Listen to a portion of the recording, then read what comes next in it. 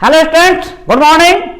तो अब लगभग 30 दिन आपके एग्जाम को बच गया है और यहां पर हम अपना कंटिन्यू कर रहे हैं असिस्टेंट प्रोफेसर फॉरेस्ट्री एग्जाम का क्वेश्चन, जिससे निश्चित रूप से आपका जो फॉरेस्ट्री वाला पार्ट है वो बहुत ही स्ट्रांग हो जाएगा।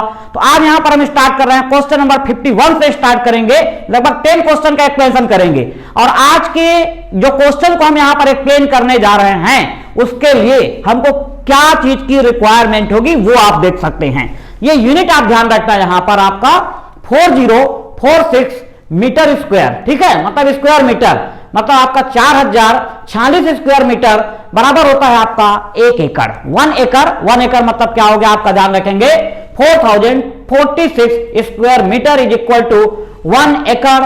दूसरा आप ध्यान रखेंगे 10,000 square metre is equal to 1 hectare. ये सब यूनिट आपको ध्यान रखना है, इससे डायरेक्ट क्वेश्चन बनता है और कुछ मैथमेटिकल कैलकुलेशन या जो मेंसुरेशन वाला पार्ट है उससे रिलेटेड कॉन्सेप्ट है, ध्यान रखना है। नेक्स्ट आपको मिलेगा यहां पर, ये तो पिछले पेपर में मैंने एक्सप्लेन भी किया था आपका कि 2.47 एकड़ इज इक्वल टू क्या होता है यहां पर 1 हेक्टेयर। तो ये यूनिट को आप ध्यान रखेंगे। इसके अलावा कुछ प्लांट का नाम आपको यहां पर करना है, जैसे अपन जो कॉमन बैम्बू, जिसको अपन बांस बोलते हैं, कॉमन बैम्बू, ठीक है, तो इसकी जो फैमिली आपका साइंटिफिक नेम कॉमन बैम्बू का बैम्बूसा वल्गेरिस, ये नाम आपको याद रखना है, बैम्बूसा वल्गेरिस नाम याद रखेंगे, कॉमन बैम्बू। इसके अलावा ड्रेसिना सेंडरियाना, इसको बोलते हैं लकी बैम्बू, इसको अपन क्या बोलते हैं, लकी बैम्बू के नाम से जाना जाता है। और आप ध्यान रखेंगे bamboo is a type of grass.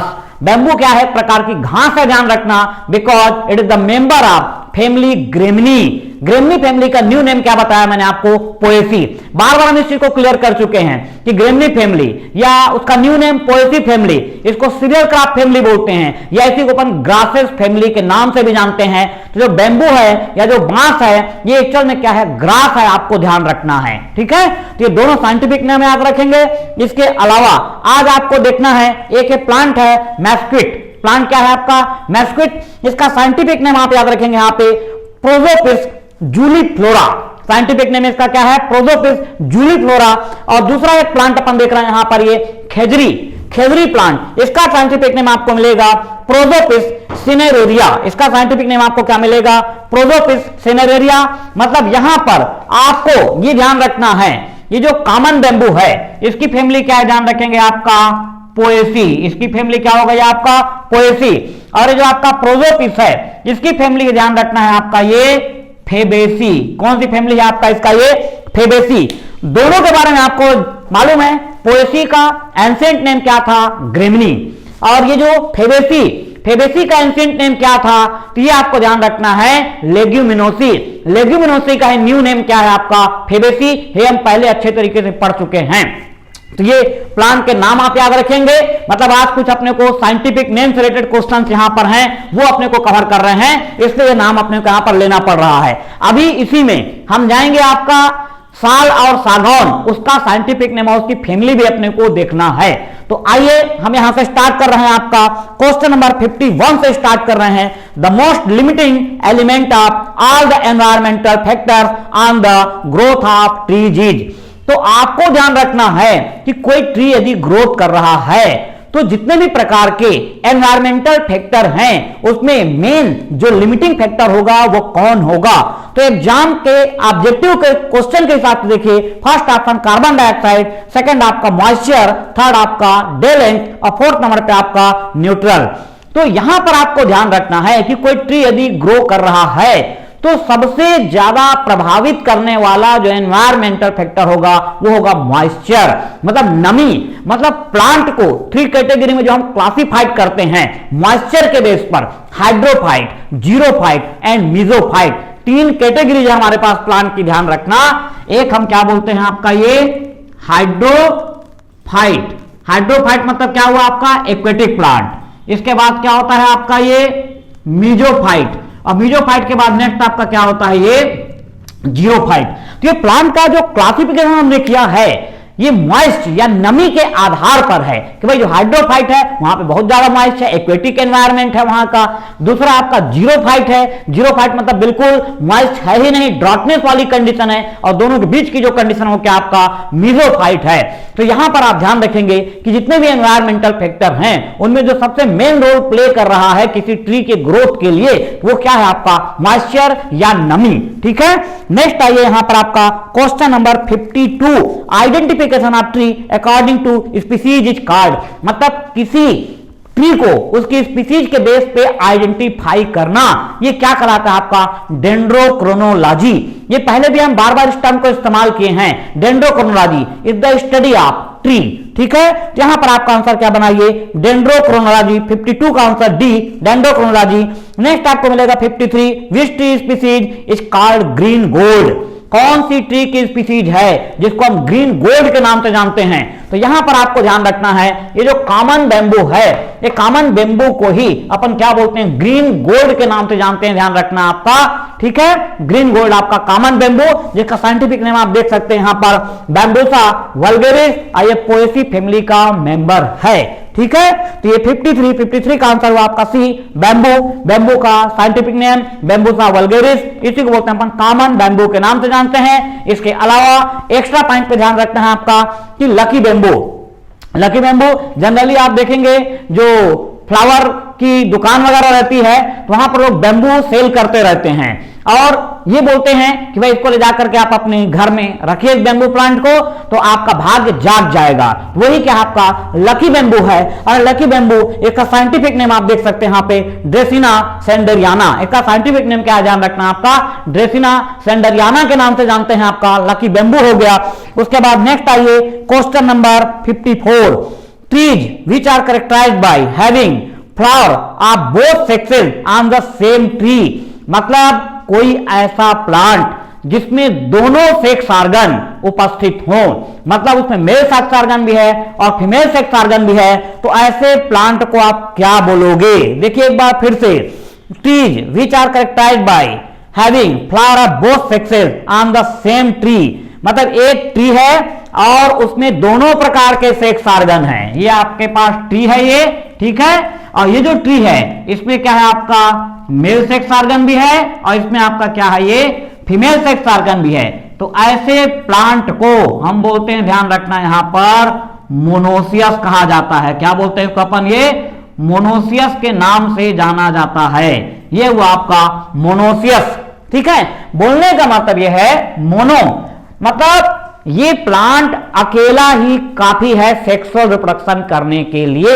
मतलब एक प्रकार से मोनोसियस मतलब क्या हुआ बाइसेक्सुअल। मोनोसियस का मीनिंग क्या हुआ आपका बाइसेक्सुअल। और ये यदि टू डिफरेंट प्लांट रहे कि भाई मेल प्लांट अलग है और फीमेल प्लांट अलग है तो इसको सेक्सुअल रिप्रोडक्शन करने के लिए दो प्लांट की रिक्वायरमेंट होगी। तो दो प्लांट की रिक्वायरमेंट है सेक्सुअल रिप्रोडक्शन, वो क्या कहलाएगा आपका डायोसियस मींस यूनिसेक्सुअल। ये बार बार जितने भी एग्जाम हो रहे हैं सब जगह आ रहा है, आपका ध्यान रखेंगे। तो आप ध्यान रखना बाइसेक्सुअल मींस मोनोसियस और यूनिसेक्सुअल मतलब डायोसियस, क्योंकि जो यूनिसेक्सुअल है उसको सेक्सुअल रिप्रोडक्शन करने के लिए दो प्लांट चाहिए, तो दो प्लांट मतलब डायोसियस। तो इस तरीके से ध्यान रखेंगे यहां पर 54 का आंसर क्या बना आपका यहां पर मोनोसियस डी, ये ध्यान रखना है। नेक्स्ट आइए आपका question number 55, very important question number 55, the number of plant per hectare when teak is planted at 2 metre into 3 metre spacing is very important. बहुत अच्छे तरीके से देखेंगे इस क्वेश्चन का एक्सप्लेनेशन को आप यहां पर। आइए इसको थोड़ा सा हम यहां से ये मिटा देते हैं। ये हुआ हमारा। अब देखो जो टीक प्लांट है, टीक प्लांट के प्लांटेशन के बारे में थोड़ा सा आप अच्छे तरीके से समझ जाइए। पूरा इसका कॉन्सेप्ट बताता हूं मैं टीक प्लांट का। टीक मतलब क्या हो गया आपका सागौन। टीक आपका क्या हो गया ये सागौन। इसके बारे में बहुत अच्छे से अपने को जानना है। ये हो गया आपका टीक प्लांट है। टीक प्लांट को अपन किस नाम से जानते हैं, ध्यान रखना आपका ये सागौन के नाम से जानते हैं। ठीक है, सागौन का जो साइंटिफिक नेम है, ये साइंटिफिक नेम है, इसका ध्यान रखना है आपका टेक्टोना ग्रैंडिस। ये क्या हुआ आपका जो टीक प्लांट है इसका साइंटिफिक नेम क्या हुआ टेक्टोना ग्रैंडिस। और इसकी जो फैमिली है, इसकी फैमिली का नाम है, ध्यान रखेंगे आप यहां पर लेमिएसी। इसकी फैमिली क्या है यहां पर आपका लेमिएसी फैमिली, ध्यान रखना है आपको। Lamiaceae is the new name of family Labiatae. ये जो लेमिएसी है, लेमिएसी का पुराना नाम क्या है ध्यान रखना है आपका, ये लेबिएटी। लेबिएटी मतलब क्या हुआ आपका, ये तुलसी वाली फैमिली। भाई तुलसी को तो सभी लोग जान रहे हैं और अपने को जानना भी है तुलसी के बारे में, क्योंकि मेडिसिनल प्लांट हमारे सिलेबस में दिया हुआ है। ठीक है, मेडिसिनल प्लांट हमारे सिलेबस में दिया हुआ है, तो आपको ध्यान रखना है कि तुलसी जो है आपका ये मेडिसिनल प्लांट में काउंट होता है। इसकी फैमिली क्या है आपका, इसकी फैमिली आपका लेबिएटी है, और लेबिएटी फैमिली का जो न्यू नेम है, न्यू नेम क्या है इसका ध्यान रखेंगे, लेमिएसी। इसी लेमिएसी फैमिली का मेंबर है आपका सागौन। इसी का जो मेंबर है कौन आपका, टी क्या, सागौन। Scientific name Tectona grandis, family Lamiaceae. Lamiaceae का पुराना नाम क्या है आपका, लेबिएटी, और इसको तुलसी फैमिली के नाम से भी जानते हैं। तो ये तो कॉन्सेप्ट हुआ किसका, हमारा यहां पर सागौन का कॉन्सेप्ट हुआ। अब अपने को ये देखना है कि सागौन की जो प्लांटेशन किया जाता है उसकी एक टेक्निक है। वो टेक्निक क्या है इसको आप देख लीजिए। मतलब ये जो टेक्निक है इसको एक पर्टिकुलर स्पेस दिया जाता है। मतलब जैसे मान लिया जाए एक अपन सागौन का प्लांट लगाए, दूसरा आपका ये सागौन प्लांट लगाए, ये तीसरा आपका सागौन प्लांट लगाए। मतलब सागौन प्लांट के बीच में एक पर्टिकुलर स्पेस होता है। ठीक है, ये क्या होता है आपका स्पेस होता है। ये जो स्पेस है आपका मतलब स्क्वायर में रहेगा आपका, तो स्क्वायर में रहेगा या रेक्टेंगल पोजीशन पर रहेगी, तो इसकी क्या होगी, एक लेंथ होगी और दूसरी क्या होगी आपका ब्रीथ होगी। ठीक है, तो लेंथ और ब्रीथ के अकॉर्डिंग मतलब ये कंडीशन बन सकती है कि जैसा यहां पे क्वेश्चन दिया है, क्वेश्चन के अकॉर्डिंग पहले हम ले लेते हैं। तो यहां पर आपका बोल रहा है 55 नंबर का question, the number of plants पर हेक्टेयर। पर हेक्टेयर बोलने का मतलब क्या है, एक हेक्टेयर बराबर कितना मीटर हुआ आपका, ध्यान रखना है ये 10,000 मीटर स्क्वायर। एक आपका ये हुआ 10,000 मीटर स्क्वायर, मतलब एक हेक्टेयर में हम सागौन प्लांट को ग्रो करा रहे हैं। तो एक हेक्टेयर मतलब क्या हुआ आपका 10,000 स्क्वायर मीटर एरिया है हमारे पास। अब यहां पर हम जो प्लांटेशन करा रहे हैं उसमें स्पेस कितना दे रहे हैं, तो ये स्पेस आपका क्या दे रहे हैं, ध्यान रखना है यहां पर आपका ये स्पेस हम दे रहे हैं 2 मीटर इंटू 3 मीटर। ये क्या हो गया 2 मीटर इंटू 3 मीटर। तो यहां पर हम क्या कर देंगे, ये आपका क्या हो गया, ये 10,000 स्क्वायर मीटर अपान ये क्या हो गया आपका, ध्यान रखना है ये 6 मीटर स्क्वायर। तो अब इससे जब आप इसको डिवाइड करोगे तो आपका क्या आ जाएगा यहां पर 166। कितना आ जाएगा 166। तो अब एक बार फिर से क्वेश्चन को आप समझिए। आपको यह बोल रहा है कि अपन सागौन प्लांट लगा रहे हैं, सागौन का जो ट्री लगा रहे हैं उसके बीच में एक स्पेसिफिक स्पेस होना चाहिए। वो स्पेस कितना बोल रहा है आपका, ये स्पेस 2 मीटर इंटू 3 मीटर। ठीक है, तो इसको दोनों को आप क्या कर दीजिए, मल्टीप्लाई कर दीजिए, तो आपका जितना स्पेस है उसका एरिया निकल जाएगा। अब उसके बाद एक हेक्टेयर में कितने प्लांट हमको लग पाएंगे, ये स्पेस हम दे रहे हैं। तो यहां पर क्या हो गया, इससे आप इसको डिवाइड कीजिए तो आपका आंसर क्या आएगा 1666। ये आपका 55 नंबर का क्वेश्चन है। द नंबर ऑफ प्लांट्स पर hectare when teak is planted at 2 metre into 3 metre spacing is. तो हमारा आंसर बी वाला आंसर बना 1666। ठीक है, क्वेश्चन नंबर 56 में आ रहे हैं यहां पे। Question number 56, deforestation bring about. तो डिफॉरेस्टेशन, भाई डिफॉरेस्टेशन मतलब क्या है आपका कि जंगल को हम नष्ट कर रहे हैं, तो उसका जो सबसे ज्यादा इफेक्ट पड़ेगा, उसका सबसे ज्यादा इफेक्ट क्या पड़ेगा यहां पर ध्यान रखना, सॉइल इरोजन, मृदा अपरदन की घटना वहां पे क्या हो जाएगी आपका बढ़ जाएगी। अब ये क्वेश्चन के अकॉर्डिंग है। अभी पिछला जो क्वेश्चन पर हमने एक्सप्लेन किया था कि भाई डिफॉरेस्टेशन का सबसे ज्यादा प्रभाव क्या पड़ेगा, वहां पे हमारा आंसर क्या बना था, रेनफॉल रिड्यूस हो जाएगी, वर्षा कम हो जाएगी, मृदा अपरदन क्या हो जाएगा, बढ़ जाएगा। तो यहां पर हमको जो ऑप्शन दिख रहा है 56 का, इसके अकॉर्डिंग आंसर क्या बन रहा है आपका, सॉइल इरोजन, मृदा अपरदन की घटना वहां पे बढ़ जाएगी डिफॉरेस्टेशन के कारण। नेक्स्ट आपका आता है यहां पे 57, forest law is. Forest law कैसा लॉ है, तो आपको ध्यान रखना है forest law is a constitutional law, एक प्रकार का संवैधानिक नियम के अंतर्गत फॉरेस्ट लॉ को बनाया गया है। ठीक है, पिछला जो वीडियो यूट्यूब में डाला हुआ मैंने बताया national forest policy and legislation, तो आप देखेंगे उस वीडियो को, उसमें भी कॉन्सेप्ट आपका क्लियर होगा कि कौन से आर्टिकल के अंतर्गत या कौन से शेड्यूल में फॉरेस्ट से रिलेटेड पूरा हमारा कॉन्सेप्ट है। ठीक है, तो ध्यान रखना है forest law is a constitutional law, एक संवैधानिक नियम है। नेक्स्ट आपका 58 नंबर का question, world forestry day is celebrate on, तो वर्ल्ड फॉरेस्ट्री डे ये सेलिब्रेट करते हैं हम 21 मार्च। ठीक है, तो जितना भी ओजोन डे है, फॉरेस्ट डे है, ठीक है, biodiversity conservation day, water day, world earth day, ये सारा कॉन्सेप्ट आपको अच्छे तरीके से रट के रखना है। एक दो क्वेश्चन यहां पर से आपको 100% मिलेगा ही। नेक्स्ट आ रहे हैं हम यहां पर question number 59, very important, Chipko movement is related to, आपको मालूम है चिपको मोमेंट, ये चिपको मोमेंट आपको ध्यान रखना है, ये स्टार्ट हुआ था कब आपका, ये 1973, कहां से स्टार्ट हुआ था, तो आपको ध्यान रखना है टिहरी गढ़वाल डिस्ट्रिक्ट ऑफ उत्तराखंड। ठीक है, मतलब आपका पहले ये उत्तर प्रदेश था, तो 1973 में टिहरी गढ़वाल डिस्ट्रिक्ट से आपका ये मूवमेंट स्टार्ट हुआ था अगेंस्ट ट्री कटिंग, मतलब वृक्षों की अवैध कटाई के विरोध में चिपको आंदोलन स्टार्ट हुआ था 1973। कहां स्टार्ट हुआ था, Tehri Garhwal district of Uttar Pradesh, but now Tehri Garhwal include under Uttarakhand, वर्तमान में किसके अंतर्गत है आपका, ये उत्तराखंड के अंतर्गत सम्मिलित है। और आपने सुना होगा इसके जो मेन लीडर थे, मेन लीडर कौन थे इसके, सुंदरलाल बहुगुणा, इसके मेन लीडर कौन थे आपका, सुंदरलाल बहुगुणा।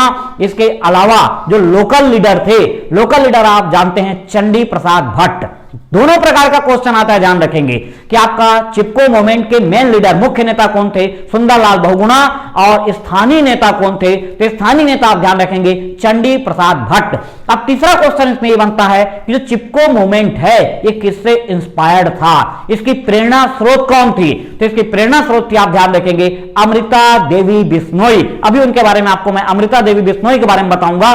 फिलहाल जो चिपको मूवमेंट था इसमें क्या होता था कि जो भी आंदोलनकारी थे वो लोग क्या है वृक्ष से जाकर के चिपक जाते थे कि यदि आप वृक्ष को काटोगे तो पहले हमको काटना पड़ेगा, तो ये था आपका चिपको मूवमेंट। ठीक है, तो यहां पर 59 का आंसर क्या बना, फॉरेस्ट कंजर्वेशन, वन संरक्षण से संबंधित था या वृक्षों की अवैध कटाई के विरोध में था आपका चिपको मूवमेंट। इसके बाद नेक्स्ट आता है आपका liar timber of the poor age, liar timber, ये आपका 60 क्वेश्चन नंबर 60 में पहुंच गया हूं और यहीं पर अपने को देखना है ये liar timber of the poor. ठीक, तो liar timber of the poor इसको अपने को समझना है, इसके पूरे कॉन्सेप्ट में हम आ जाते हैं। तो आइए इसी का जो कॉन्सेप्ट है आपको ये ध्यान रखना है, अमृता देवी बिश्नोई, आपको मालूम है जो बिश्नोई ट्राइब्स है ये आपका राजस्थान से संबंधित है, तो वहां पर एक आपका एनवायरमेंटल कंजर्वेशन से संबंधित एक महिला हुई, उस महिला का नाम क्या था ध्यान रखना, अमृता देवी बिश्नोई। ये जो अमृता देवी बिश्नोई है ये आपका अमृता देवी, ये हो गया आपका अमृता देवी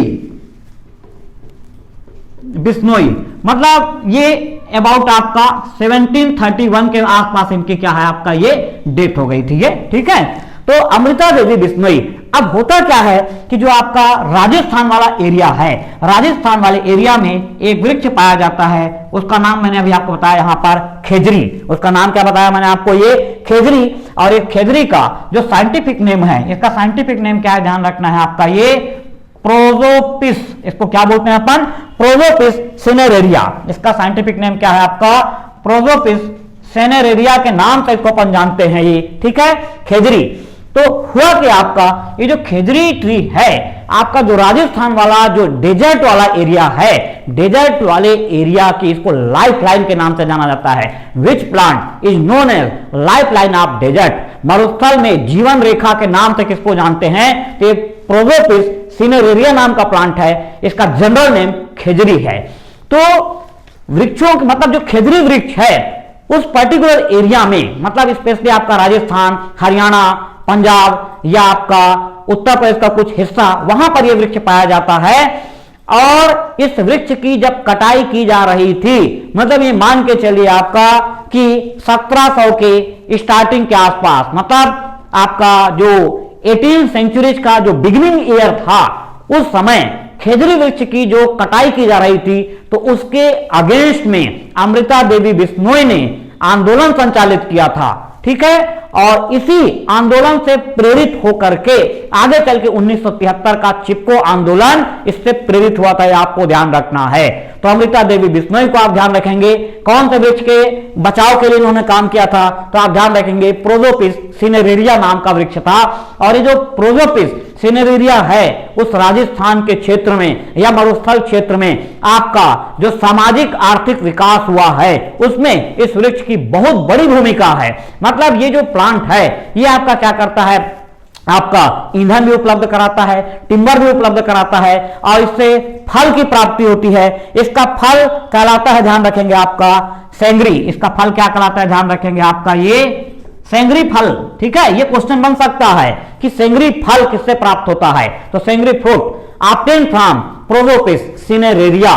ठीक है, तो ये खेजड़ी वृक्ष से संबंधित थे आपका अमृता देवी बिश्नोई। और उसके अलावा यहां पर ध्यान रखना, एक और इसी की वैरायटी होती है, को बोलते हैं प्रोजोपिस जूलीफ्लोरा।